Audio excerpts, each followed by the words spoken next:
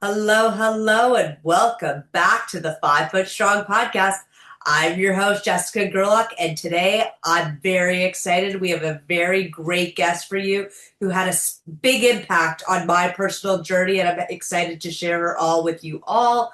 I am chatting with Dana Gudelis. She's a whole health and wellness coach and the founder of Gude Health. And Dana has an incredible personal journey of resilience that I'm all excited for you all to hear. We're going to chat what it really means to take care of your mind, body, and everything in between, and how small, simple changes can lead to a big transformation. So let's take a big deep breath, settle in, and let's dive into this conversation. And let's welcome Dana to the 5 Foot Strong podcast. Hey, how you doing today? Hi, Jess. I'm so happy to be here and reconnect with you. It's really an honor. Thank you for inviting me. Thank you so much for doing this. I'm so excited as well. So I'm going to ask you the question that I ask all the guests is what does being strong mean to you? Being strong for me is a mindset. It is a mindset of being just invincible, being able to handle anything. It doesn't matter what life tosses at you, you can take it, you can do it, and that's what being strong is. Well, I think you taught me a little bit about what being strong is because I found you when I was in a dark kind of place. And when I was heavy and not very healthy, mind, body, and soul, I was depressed.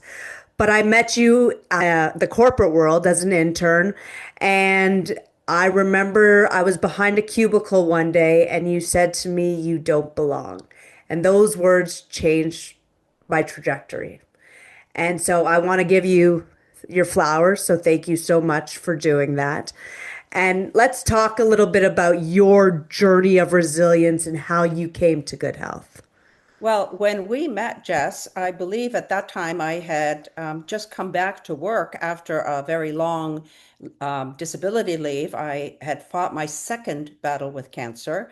Right. At that time, also, we found out that I have what's called Lee-Fromeny syndrome, which is a genetic predisposition for cancer. It's the TP53 gene that I have, and it is responsible not for one cancer like the BRCA's, just breast cancer. It's responsible for multiple cancers. And for me, so far, it has manifested as leiomyosarcoma twice and three metastases. Anyway, I had just come back after a huge battle with this leiomyosarcoma, and you were in a bad place. I mean, it was a bad place at that time where we were working, and I decided to leave. I decided to leave because the environment was toxic for me, and it was time to move on. So I started a new path, a new journey. I left corporate life for the first time ever. I moved into a more creative role. I thought that and very health conscious role. And that health conscious was something that has changed my life now too. I've started following lifestyle medicine. And so my coaching practice is in the 6 pillars of lifestyle medicine, and I'm coaching now. I went a path of yoga, dance instruction, facilitating dance classes, moving all those ways, and here I am now. I am 71 years old, and I am following the path of health. And I love to hear that. And you know what? The fact that you've had to find the appreciation in your health and you want to share that with others, dealing with the battle, your cancer battle is a story of resilience on its own. But being able to build yourself back up is really that story of resilience. And so what have you learned about yourself from that? Well, that's it. That's it, Jess. It's the resilience. That's what's really, really important is when life knocks and sends you lemons, they say, as they say, when life knocks you down, it's being able to get back up again and learn from it. Um, I have a desire still to live. I feel that I still have a purpose on this earth. I don't want to give up. And so, yes, never giving up. Just every time you get knocked down a little bit, just brush yourself off. And I kind Brush of yourself look at, life is now like a book and there's chapters to each life. And you've lived a lot of different chapters and you've lived that corporate life.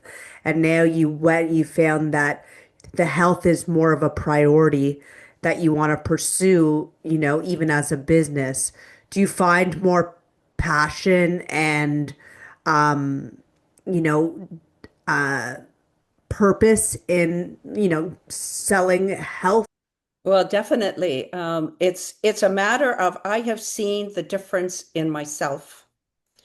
I have seen how when I made lifestyle changes, where my resilience got stronger and better, where I became stronger, how I bounce back from each treatment, how I bounce back from each um, diagnosis because I made changes in my lifestyle. I want to share that with other people who are struggling. Right. It hits the heart in a different way. It hits your heart in a way that, life could be gone tomorrow, but your health is your number one priority. So when you look at good health, is that your inspiration and your mission behind it?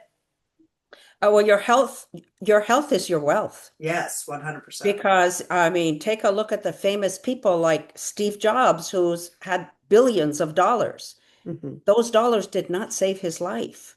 Yeah. Your health is your wealth. It's your biggest wealth. And when you abuse that, you cannot find happiness. You cannot find contentment. I'm only in my early 30s now, and I've already lost some friends due to health issues, mental health issues, and it just shows how precious life really is, and how even for me being a trainer, I knew that I found my purpose in, helping others because I want others to feel the way I do now and not that downward spiral, that I thought I needed to be in that corporate world. Yes, I feel exactly the same way. In fact, I've always felt that, I always felt a purpose to help people. Perhaps it's the maternal instinct in me, Yeah. being a single mom for a very long time, that I wouldn't put myself first. I always felt that, if my experience, whatever experience I had, could help other people, I always tried. That's why at work I always wanted to bring in interns so that I could inspire and help them as much as possible in their journeys, in their very early journeys. In fact, that was the greatest joy in my life is when I had interns come in when I was director or manager or director in a company, and I had interns working for me, young people who were still finishing their degrees. And they were able to leave with a nugget of inspiration. That I think was my greatest joy. And so my health battles have now inspired me to use that wisdom, that experience to help others. Well, I remember when I met you and I looked at you and I looked up to you. I thought I wanted your job back in the day. I don't, but I thought I wanted to go in that direction. It was a great company, it had a good name, but deep down, I felt not seen. And we talked about this earlier, is I felt not seen, even though, I was doing a great job. It didn't matter. I didn't feel like I was serving what I was supposed Yeah. to do. Because that is something that you saw in your mind. It wasn't necessarily that you weren't seen, is that that's how you felt. Yeah. And that's what your inner voice was telling you. Yeah, it was, but it also just, when I remember when you said those words to me, it says like you don't belong here, and it was like I could have taken that two ways, and I wanted to take it as this woman has gone through the ringer. She has had stories of resilience. You know what it takes to get to where you were, and I knew you had a health journey, and I believed that I met you at the right place at the right time, if that makes sense. Yeah, yeah. You know, it was you gave me that inspiration to find look deep down inside of me and say, this isn't where you belong. Now Well, look, go I think I echoed what was the voice that was in your head.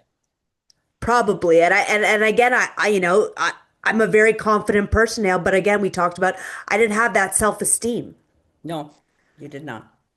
right? So it was You've come a long way and you found your way, Jess, and you are an inspiration to other people now, and you are proof positive that anybody can change. Anybody can make their life better if they want. 100%. And I think me and you have that same mission right now is kind of just inspiring others to live a healthier lifestyle, you know? Yes.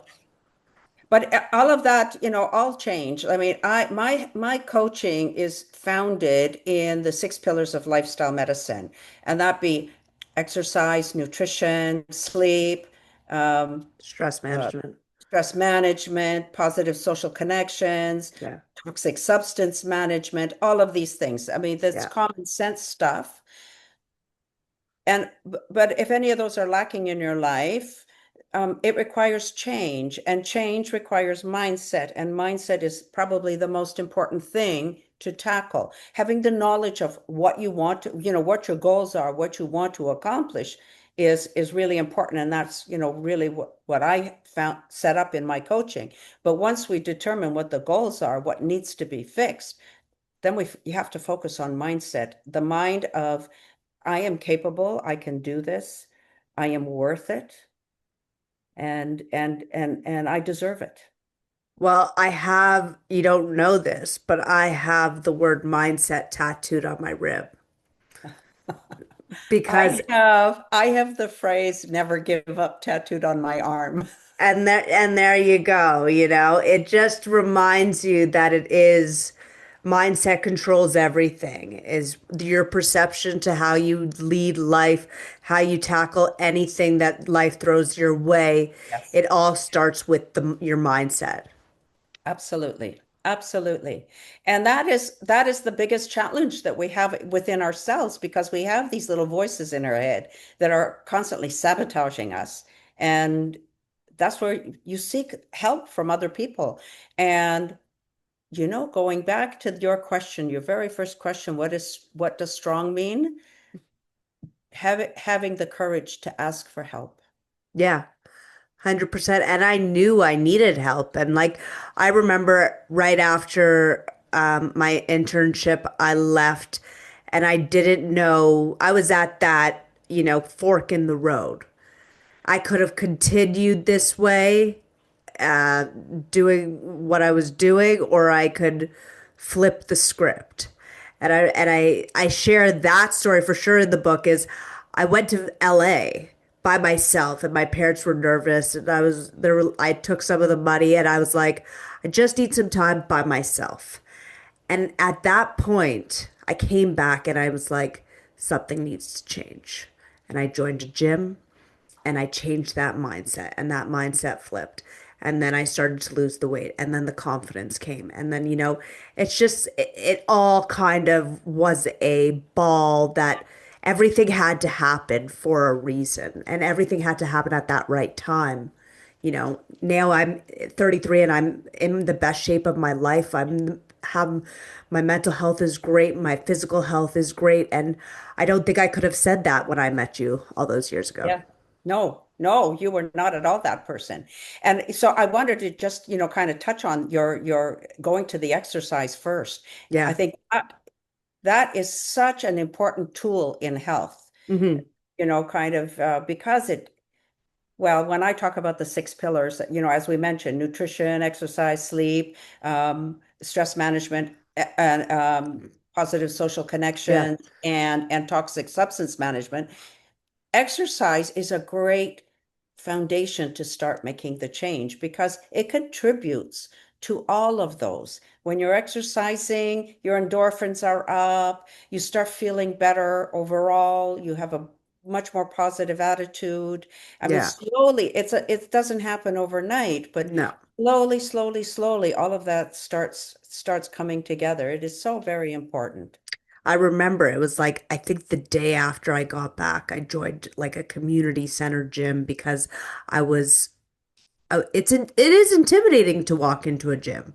You know, if you don't know what you're doing, it's, but it's the first step to even that step takes a lot of courage. Yes, it does. I was going to say that's a huge courage step because when you're not feeling good about your body and Yeah. you're in gym clothes Yeah. and you're bending and the rolls in your side are sticking out and you're, trying to do stuff and you're huffing and puffing, it's hard and it takes a great deal of courage. And that's a fantastic first step. But that was my first step. And then I remember, feeling really good and putting on all this hard work in, and then thinking to myself, well, why am I putting garbage in my mouth? Why am I eating stuff? So that was the second step. And then, it kind of like I was taught, sleep was good. And then, it is those six steps that like you got to really, each one you got to kind of focus on. And it doesn't, to me, I don't know if it like, exercise was my first one. It could have been diet, but I think those two are the big ones to accomplish. Like Yes. I also talked about, we talked about that food was my addiction. And so that was going to be a whole pillar on its own to Yeah. handle. Yeah. So I thought Well, that was too hard. So I thought the exercise was the way to go. exactly. Everybody's different. We are Yeah. all different and different things motivate people in different ways. Um, I think diet is the one that people tend to go to first, nutrition, Mhm. because it is so prevalent in social media and Yeah. it is so connected with body image that Yeah. that's the one that they want. That's the solution they want. But it is also because it is so prevalent in social media, there's so much misinformation out there. It is so Yeah. confusing. It is a jungle to navigate. Yeah. So choosing other things that, as they say, the low-hanging fruit, choosing other things in those six pillars might be easier to start with. Exercise being a 100%. great one. Yeah. Walking, just walking. And that's what I recommend to people. Like you don't even have to go to the gym. Just set an appointment with yourself for 30 minutes in a day. 30 minutes that belong to you and nobody else and go for a walk. I mean, I'm not talking meander, stop and smell the flowers. I mean a nice brisk walk, one that makes you breathe a little heavier and just go for a nice walk for Yeah. 30 minutes because that belongs to you and that's all you need every single day. The 10,000 steps, well, I mean, that's motivation for some people, but you know that scientifically that is not the magic number. That's a number that was made up by a Japanese pedometer company only because that was the limit of the pedometer reading, how many steps their little machine could read. And Interesting. so they came up with this 10,000 steps. But recently, I don't remember the university. I think it may have been Harvard or Cornell that did a study, and they found 7,000 is the magic number for the best energy expenditure benefit ratio. Listen, So, I just say keep it simple and just get moving. Move your yeah, body. yeah, Really don't even oversimplify. It's like just move your body. Even if it's cleaning around the house, like moving, doing not even, it doesn't have to be exercise, just not sitting on the couch or sitting on the computer all day. Our bodies were not meant for that. And no, I've learned that, I remember my worst, the most overweight I was is when I was sitting behind a computer for hours and hours upon the day. yeah. Yeah, yeah. I mean, our bodies are meant to move. We were meant to move. We have muscles, we have joints. If we were meant to be sitting in front of a computer, we'd be made a lot differently. We wouldn't be as flexible as we are. So we are meant to move, and we need to, I mean, like I said, walking, moving, as you Yeah. said, vacuuming, Yeah. anything, any movement. Anything. But what I suggest to people is, like even if half an hour is too much, make a 20-minute commitment to yourself, Yep. but set the time aside, make it an appointment, block it off in your calendar, tell your families, I need this 20 minutes uninterrupted. This is my time. And surely within a day, you can find 20 minutes. 100%. As a trainer, I hear excuses all the time. It's like, I don't have enough time, this. But if you really want it, you will not make excuses. And again, now I work out almost every single day, and I am living proof that one step at a time. I was not that person who was working out 7 days a week. I was not working out at all. One day, 2 days, 3 days, then you get that feeling, you get that confidence. It really is really good, not just for for your physical health, but for your mental health as well. Yeah. And those days that you're tired, do something light and easy. The thing 100%. is that you take that time that you set aside for yourself every single day and you make an effort to do something, even if it's easy stuff. 100%. You know what? That's how you continue to evolve. And again, you are older than me. um, but A how, little bit. but how do you think age is affecting healthy habits and stuff like that?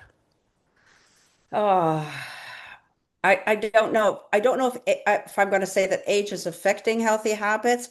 I do feel a difference in my body in age, which is normal Yeah, yeah. biological deterioration, and I am I'm in denial. I don't want to accept it. So that's what my motivation is like, yeah, no, I take a look at older people in walkers and I'm going, yeah, that's not gonna, I can't do that. I You're can't do not there yet. it. I can't do it. I'm, and so I live by the use it or lose it principle. I'm so afraid that I will lose the ability in my legs to walk, that I exercise regularly to make sure that I don't lose that muscle mass. And muscle attrition is very normal as you get older. The muscles 100%. get smaller and that's it. So I'm fighting that as well, saying, yeah, Love no, it. I'm going to let them get smaller. I'm going to keep trying to keep them going. And the only way to do that is through movement. And the other thing I worry about is mental health and Yeah, deterioration. So I keep my mind active. I read, I keep doing things. So I guess that's how age affects me. Also, metabolism has changed tremendously for a woman post-menopause, and for men, when they get to my age too, they start losing testosterone, and yep, that changes how your body metabolizes as well. So what I look for is putting the best nutrition into my body. And of course, my health journey affects it. So yeah, I use a little analogy that I'm sure you've seen in my LinkedIn before, is that, when you drive a regular car, you put regular gasoline in it.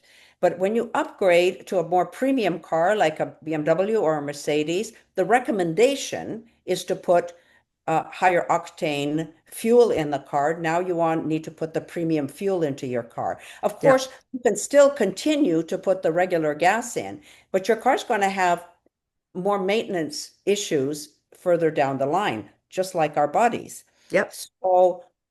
So putting in a higher octane fuel into your body will help you run smoother.